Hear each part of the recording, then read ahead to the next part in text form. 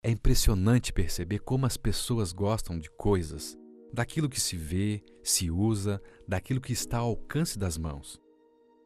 O materialismo já era uma paixão no primeiro século, imagino hoje no século XXI. As pessoas gastam seu tempo apenas para acumular coisas que ocupam espaço nas prateleiras e gavetas da vida. Não, o ópio do povo não é a religião. É o Deus chamado dinheiro. Embalados nessa pregação da falsa prosperidade, a humanidade tem se autodestruído nos encantos das luzes daquilo que é temporal.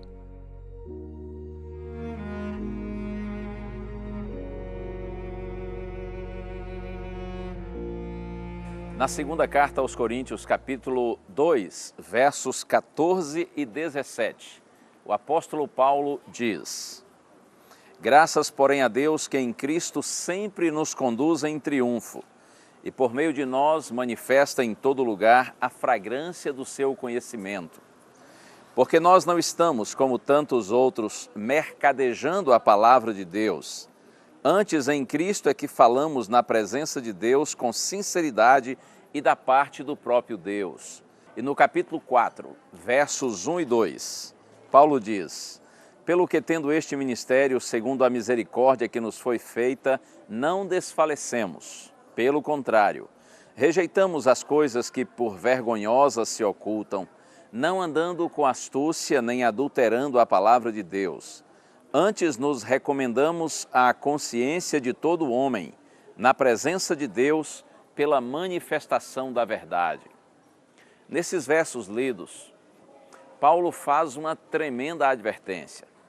Mas é verdade que também ele ressalta o valor de um ministério puro, verdadeiro e sincero.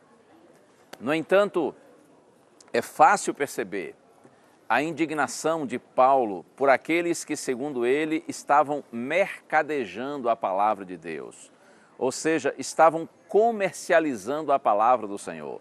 E Paulo diz que essas pessoas, elas viviam praticando coisas vergonhosas, andando com astúcia e adulterando a palavra de Deus.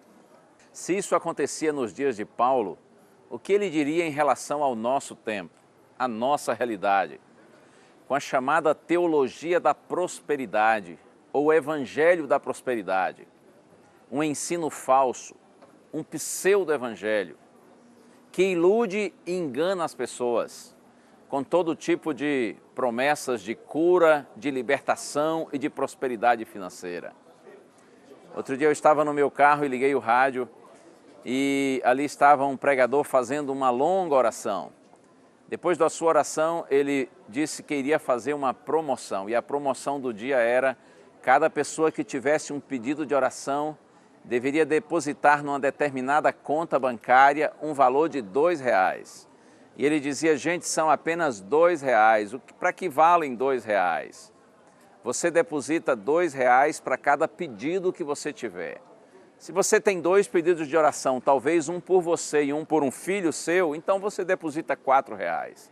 Se você tem 3 pedidos de oração, serão R$6.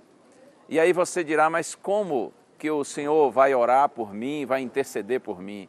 E ele disse: olha, quando eu for ao banco e tirar o extrato bancário da minha conta corrente, vai aparecer o seu nome. E aí, dependendo do valor, eu sei quantos pedidos de oração você tem. E nesse próximo final de semana, ele dizia: eu vou subir ao monte e vou estar intercedendo por você na presença do Senhor em jejum, em oração. E aí, a depender do valor que você depositar, eu sei quantos pedidos de oração você tem, eu sei inclusive o seu nome que vai aparecer no extrato bancário. Oh, permita a minha franqueza, isto é ridículo, isto é um absurdo, mas lamentavelmente nós estamos vivendo nesses dias de muito engano. Esses enganadores são identificados por Paulo como obreiros fraudulentos. Está aqui na segunda carta aos Coríntios, capítulo 11, versos de 13 a 15. Porque os tais são falsos apóstolos, obreiros fraudulentos, transformando-se em apóstolos de Cristo. E não é de admirar, porque o próprio Satanás se transforma em anjo de luz. Não é muito, pois, que os seus próprios ministros se transformem em ministros de justiça, e o fim deles será conforme as suas obras. Obreiros fraudulentos, falsos apóstolos, são expressões usadas por Paulo para identificar esses indivíduos que usam o nome de Deus para tirarem proveitos das pessoas por seus interesses egoístas. É claro que dentre esses pregadores da prosperidade pode existir alguma pessoa sincera. De repente o indivíduo está iludindo outros porque ele próprio foi iludido, ele próprio está iludido. Eu não tenho autorização e nem competência para julgar motivos, mas não tenho nenhuma dificuldade para avaliar a pregação e considerá-la completamente antibíblica. A palavra de Deus, como já lhe disse, ela é distorcida. Textos são descontextualizados e usados segundo seus propósitos, seus interesses escusos, egoístas e financeiros. Será que nesse momento estou falando para algum pregador dessa chamada teologia da prosperidade? Eu quero lhe dizer que Deus lhe chama, Deus lhe convida para viver e anunciar o Evangelho bíblico, o Evangelho eterno, o Evangelho que de fato salva e liberta, que transforma e santifica, o Evangelho do qual nós não temos com que nos envergonhar. Não essa pregação enganosa e mercenária, que ilude as pessoas com a intenção de tirar dinheiro delas, usando o nome de Deus. Se você está nesse meio, saia dele enquanto há tempo. Peça perdão a Deus e à sua igreja e viva dignamente o ministério da palavra. Um outro aspecto importante tem a ver com a questão do dizimar e ofertar. Seria este um ensino bíblico? Eu posso lhe assegurar que sim. No entanto, precisamos saber que nós dizimamos e ofertamos não pelo que nós queremos receber de Deus, mas pelo que nós já recebemos do Senhor. Dizimamos e ofertamos como expressão de reconhecimento e gratidão a Deus. Reconhecimento de que Ele é o Senhor, Ele é o Criador, Ele é o provedor de todas as nossas necessidades. E a oferta, ela expressa nossa gratidão a Deus, porque Ele é Senhor e também Salvador. Eu posso lhe dizer que o dízimo revela a sua fidelidade ao Senhor e a oferta é uma expressão da sua gratidão a Deus. Mas olha, um outro ponto também muito importante. Conforme o texto que nós lemos, Paulo diz que alguns estavam mercadejando ou comercializando a palavra de Deus. Se havia alguém vendendo a palavra, é porque certamente havia alguém comprando. Se o Evangelho da prosperidade hoje tem muito sucesso, não só porque existem pregadores da prosperidade, mas existem também os consumidores desse tipo de Evangelho. E permita-me a franqueza, se você tem vivido consumindo esse tipo de pregação, acredite, Deus, Ele não abençoa gente interesseira e gananciosa, que quer usá-lo para se dar bem, que quer fazer algum tipo de troca ou de barganha vantajosa com Deus. Costumo dizer que os homens enganam e são enganados, mas o Senhor a ninguém engana e por ninguém é enganado. E ainda eu diria para você que essa questão de as doações levadas à igreja em forma de dízimos e ofertas, parte dessas doações serem usadas para o pagamento de salários de pregadores, de líderes religiosos, isso está ok.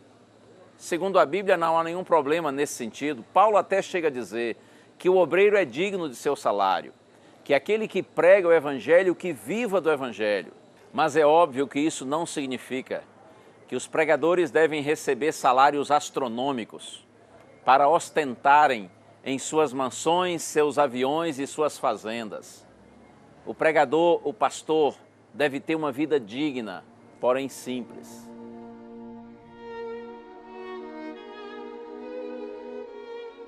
Na segunda carta aos Coríntios, capítulo 4, verso 18, Paulo diz, não atentando nós nas coisas que se veem, mas nas que se não veem. Porque as coisas que se veem, ele diz, são temporais, e as que não se veem são eternas. Nossa atenção como filhos de Deus, nossa atenção máxima, deve estar não nas coisas que se veem, porque, diz Paulo, elas são temporais, elas são efêmeras, são passageiras. Todas as coisas que nós vemos neste mundo estão condenadas ao fogo, à destruição. Isso é só uma questão de tempo. Por isso, Paulo diz que nós devemos colocar nossa atenção nas coisas que não se veem, porque elas são eternas. Existe um mundo maravilhoso preparado por Deus para aqueles que o amam. Existe uma realidade superior, incomparavelmente melhor do que esta, que agora nós temos e nós vemos. É com esta visão, é com essa compreensão que nós, filhos de Deus, devemos viver neste mundo. Acredite, aos olhos do mundo, prosperidade tem a ver com o ter, mas aos olhos de Deus, prosperidade tem a ver com o ser. O que nós levaremos para o céu não é o que nós temos, mas o que nós somos. Nós levaremos o nosso caráter. E eu quero terminar essa reflexão lendo um outro texto maravilhoso de Paulo. E o Deus da esperança vos encha de todo gozo e paz no vosso crer, para que sejais ricos de esperança no poder do Espírito Santo. Que a bênção do Senhor repouse sobre você e a sua casa. Que você seja verdadeiramente rico de esperança, tendo paz, tendo alegria no Senhor pelo poder do Espírito Santo. A graça do Senhor Jesus Cristo e o amor de Deus e a comunhão do Espírito Santo sejam com todos vós.